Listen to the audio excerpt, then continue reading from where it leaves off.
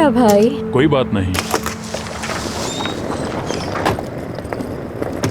Madam रुक जाएं, आप लोग अंदर नहीं आ सकते। हम जब चाहें अंदर आ सकते हैं, ये ऑफिस है हम लोगों का। यशार साहब ने मना किया है। हटो सामने से, मैंने कहा कि हटो सामने से। जाने दो आरज़ू, जाने दो। हमें जो समझना था हम समझ गए हैं। आ जाओ मेरी जान, आ जाओ। देख रही हो पापा ने क्या किया है? समझ नहीं आ रहा कि इन सब चीजों का क्या मतलब है। रुको जरा, कॉल है।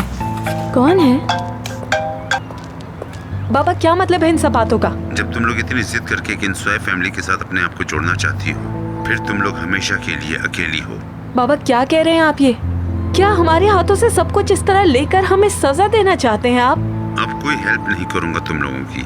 अब तुम लोग बिल्कुल अकेली हो।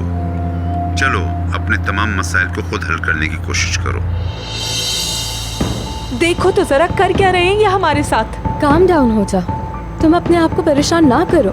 हमें अपने पाँव पे खड़े होना सीखना ही होगा, यही बेहतर है। और अपने आप को संभाल लो, बिल्कुल परेशान मत हो। हम रास्ता निकाल लेंगे, सब ठीक हो जाएगा मेरी जान।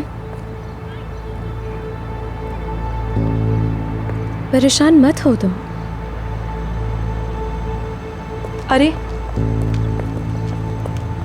नाज़ली, मुझे जॉब से निकाल दिया।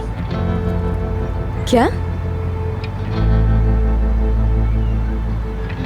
बाबा ने। बाबा ने? यार बाबा शादी वाली बात पर बहुत नाराज हो गए हैं। उन्होंने हमें भी कंपनी से निकाल दिया है, यहाँ तक कि हमें घर से भी निकाल दिया, गाड़ी भी ले ली है। हद होती है यार, ये तो खुली ज्यादती है। I am really sorry. तुम्हारे बाबा हैं लेकिन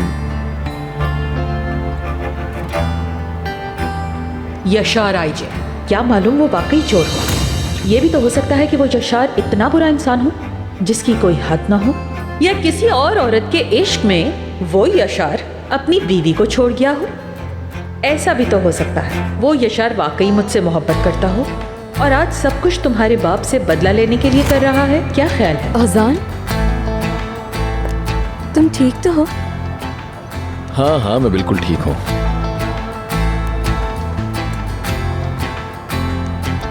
अपने आप को परेशान मत करो। हमारे बाबा हमसे सारी चीजें लेने के बाद हमारी तरबियत करेंगे, जैसे वो पहले हमारे साथ हमेशा खड़े थे। यार मेरे बाबा इस तरह कैसे कर रहे हैं मुझे बिल्कुल समझ नहीं आ रहा, क्योंकि वो इस तरह के इंसान ही नहीं है। वो पैसे और प्रॉपर्टी से हमारा रास्ता नहीं बदल सकते, है ना नाज़ली? हरगिज़ नहीं। हम बिल्कुल भी भूखे नहीं मरेंगे और ना ही हम रोड पर आ जाएंगे। चलो।